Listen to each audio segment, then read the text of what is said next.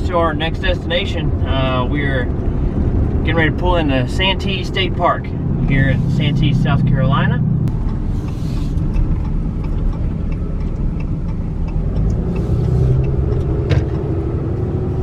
I think our tentative plan is to go check out Congaree National Park tomorrow, weather permitting.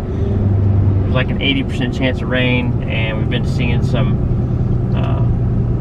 reviews from people saying that it was really flooded out over there. So we're going to do a little more research on that this afternoon, this evening, and hopefully get over there. We may go anyway, even if we can't do a lot of the trails. We may go either way, but as for right now, we're heading down to Santee State Park. So yes, weather permitting for Congaree National Park. But upon reading it, I'm not trying to poo on Congaree on the national parks or nothing. But overall, I'm not very excited to go to Congaree National Park unless you're from somewhere where you don't see alligators. Then that's different, and because there's supposed to be alligators on the boardwalk, probably in the swamp or something. And unless you're from that, but if you're from Florida, or Georgia, or just South Carolina, anywhere with alligators in general, I don't think Congaree National Park is gonna be very exciting, unless you like trees or you like to see alligators. Other than that, I don't think Congaree National Park will be very great. But we'll see.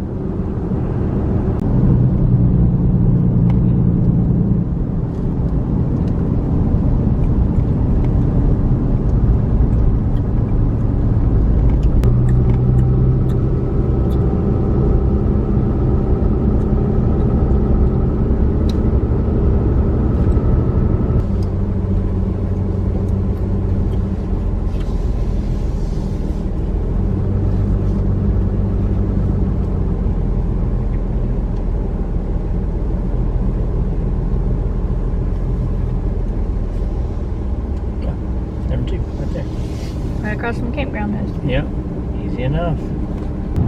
All right, so we decided to ride over this morning, despite the super rainy weather, and check out Congaree National Park. Not a very popular national park, but nonetheless, we're only about 35-40 minutes away from it. So figured we'd take a ride over, see what it's all about.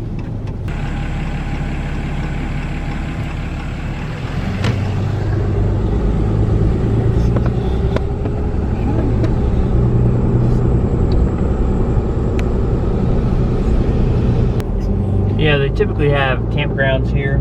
You can tent camp, but all that's closed right now because of COVID, of course.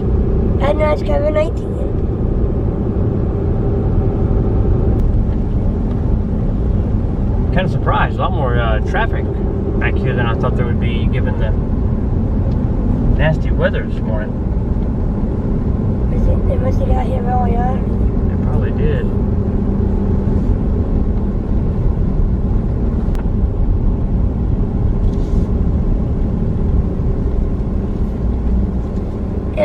It was unfortunately closed.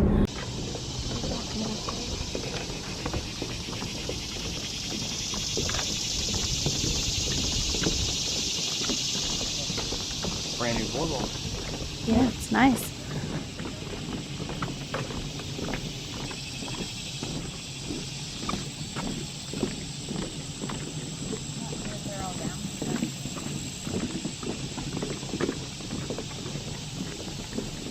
I wonder if that's from one of the award-winning trees.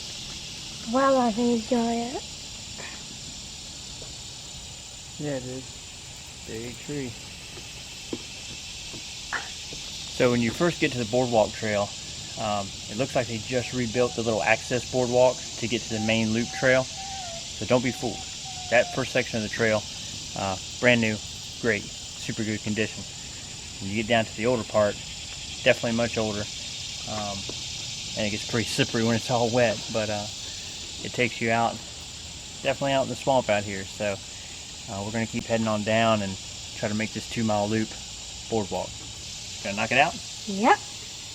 All right, let's go. Yep.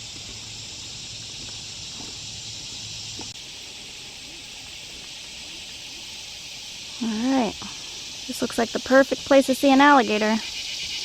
But all we've seen so far are what, Dylan? Spiders. All right, let's keep going.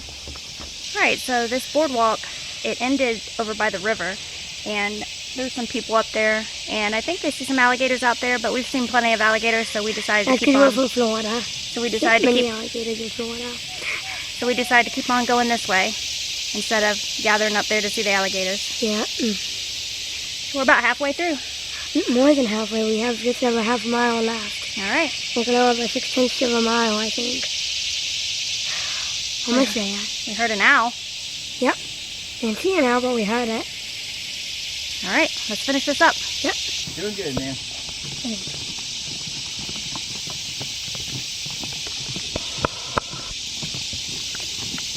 Speaking of big trees, check this one out. And they even gave it a marker number for it. They have marker numbers. Number 11. Does it tell us anything about this one? Sure, because it has all the numbers in our brochure paper thing. The green tree you see here is a loblolly pine. I love lolly pine. It's unusual to find pines growing in wetland areas. However, loblollies can tolerate living in wet conditions. Loblolly pines are the tallest trees in South Carolina. This tree is over 150 feet tall and is a former state champion. Oh, wow. Big tree. A loblolly pine. They're one of the biggest trees in the state. Wow. Now that is the biggest tree I've ever seen in my life. All right, well, we made it, and just in time. Starting to hear some big rumbles of thunder in the distance. Yep. So, made it all the way around. The boardwalk itself is 2 miles. The little connecting boardwalk is 3/10 of a mile, so it's a 2.6 mile round trip complete.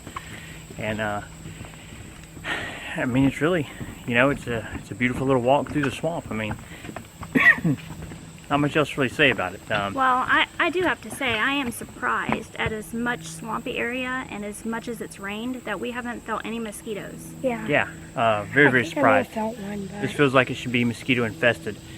And, you know, we brought our spray with us, but we didn't use it.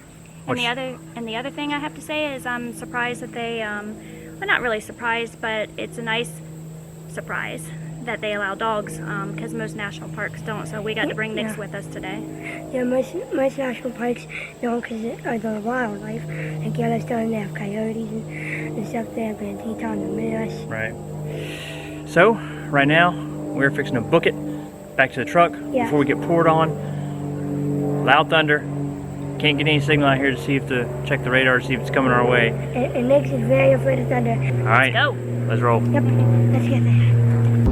Alright, we'll give you guys a drive through of Santee State Park, the camping area, and kind of an overview of the park here. It's about 4.5 miles once you turn off the main road. You go down 4.5 miles and you'll get to this section here, this part of the park, which is where the campground and everything is.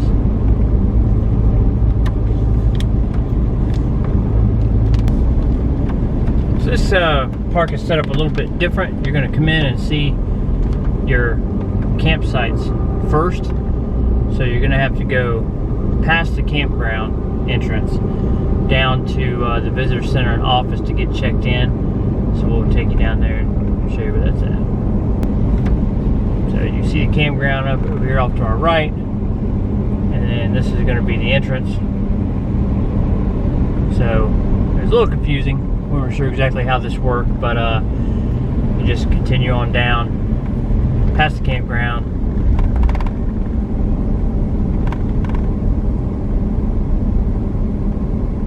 You got a real nice boat ramp over here on your right as you're coming in. Got a dock out there you can fish off of, and then a nice little picnic area over here with some shore fishing access over here also.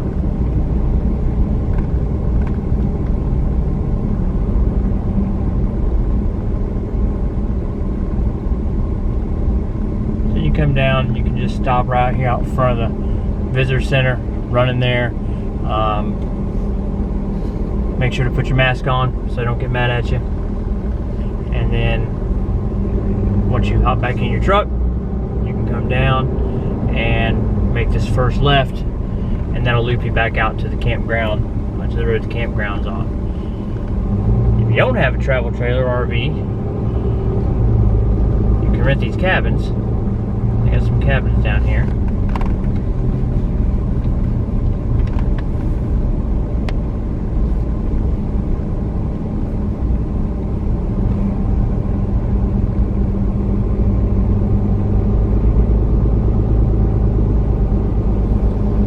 The cabin area is actually pretty nice. It's a little bit secluded back here by itself, kind of in the back part of the park, away from the other campground.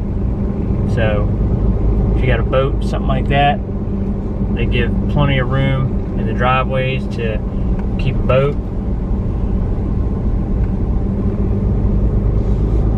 So just a nice setup for their cabins back here.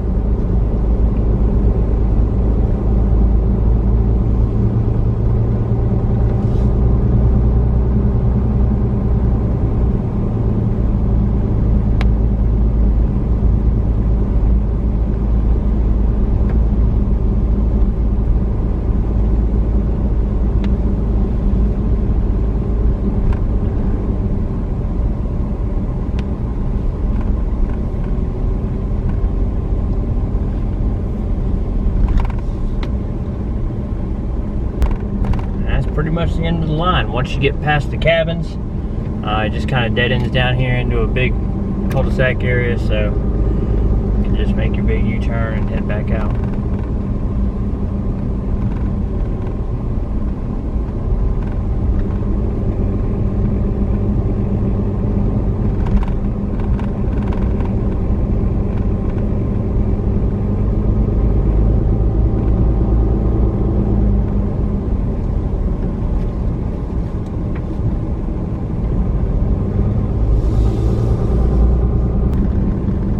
Once you leave the office from checking in, that road that you loop around on will bring you out right here to your right.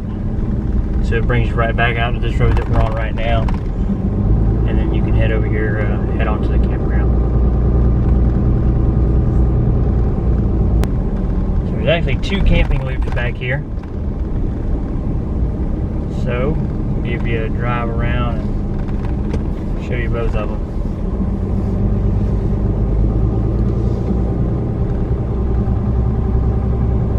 All one way, so you can't mess it up and be confused when you come in. You'll see our site. We're in site 2, which is right there on the left.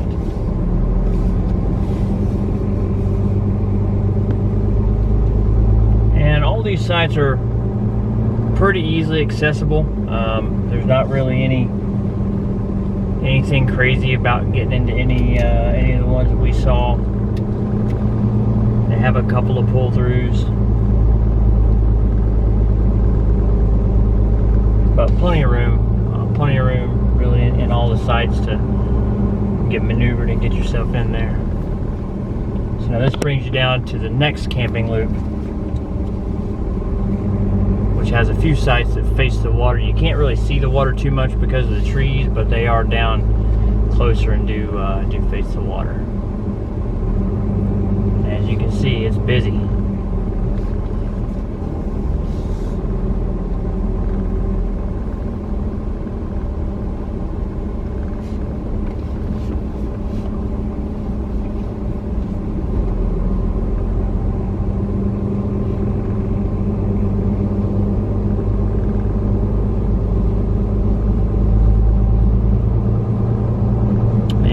Lake over here on the right.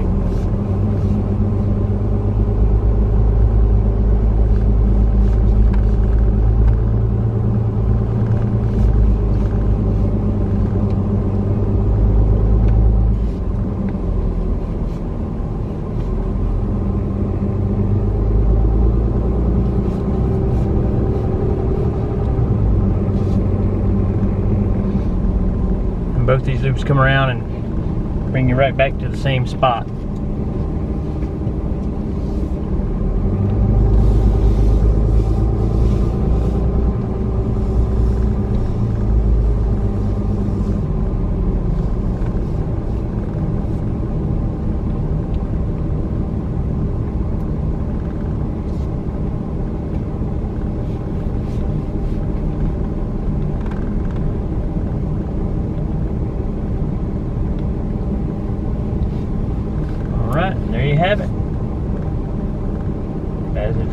true. Both camping loops at Santee State Park.